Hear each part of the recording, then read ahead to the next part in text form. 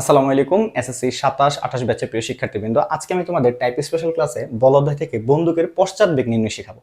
চলো আগে আমরা পশ্চাৎবেগ ব্যাপারটা কি সেটা বুঝে নিই। ধরো তোমরা যে মুভিতে যে সব দেখছো যে গুলি চালাচ্ছে বা কোনো একটা যুদ্ধের কোনো ভিডিও দেখছো, সেখানে দেখবা গুলিটা কাঁধের উপরে থাকে। যখন গুলিটা বের হয়ে যায় সেজন্য পিছনের দিকে একটা বেগ হয়। ঠিক আছে, এই যে বেগ হয় পিছনের দিকে, এটা হচ্ছে কি পশ্চাৎ বেগ। এই জন্য এটা শক্ত করে ধরতে, আর যদি তুমি বুকের পাশে রাখো এইভাবে গুলি করো তাহলে তোমার বুকে কিন্তু জোরে আঘাত লাগবে, তাই এটাকে কাঁধের উপর ধরা হয়। বুঝতে পারছো? এটা ভরবেগের সংরক্ষণশীলতার সূত্রকে সমর্থন করা হয়।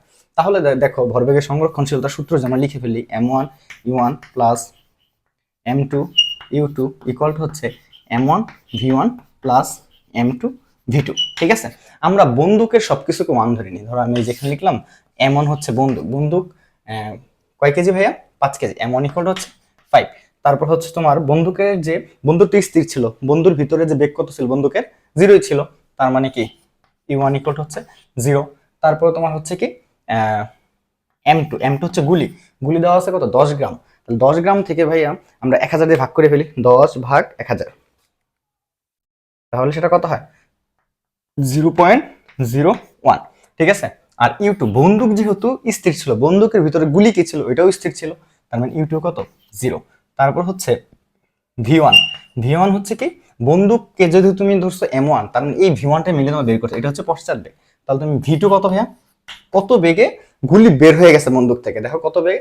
300 মিটার পার সেকেন্ড, তার মানে হচ্ছে 300। এখন খেয়াল করো, তুমি যদি এখানে মান বসায় দাও, এম এর মান 5, এর মান 0, m2 হচ্ছে 0.01, u2 হচ্ছে 0, তাহলে দেখো আলটিমেটলি 0 ইন্টু যা হবে 0, 0 ইন্টু 5 যা হবে, আলটিমেটলি পুরোটা মান পক্ষাপাত 0। আর এইখানে তুমি মান বসো, m1 v1, m1 এর মান তো 5, v1 তো তুমি বের করো না, এ হচ্ছে v1 প্লাস m2 কত ভাইয়া?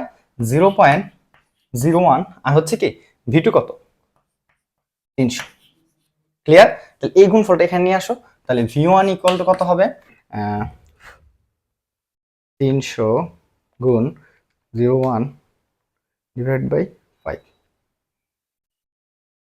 তাহলে আলটিমেটলি কত পাবা? এই যে এটার গুণফল, তার মানে 0.01 গুণ 300 ডিভাইড বাই কত? 5। এখানে গুণ ওই পাশে যা ভাগ হয়ে যাও না, 5 ইকুয়াল টু কত হচ্ছে? ইকুয়াল টু হচ্ছে 0.6 মিটার পার সেকেন্ড। এটা হচ্ছে কি বন্দুকের পশ্চাৎ বেগ পাবা। বুঝতে পারছো? সিকিউ আসলে তোমরা ঠিক এভাবে করে দেওয়া, বাট এনসিকিউর জন্য এত বড় প্রসেসটা কোনো প্রয়োজন নাই। এনসিকিউর জন্য তুমি কি করবে ভাইয়া?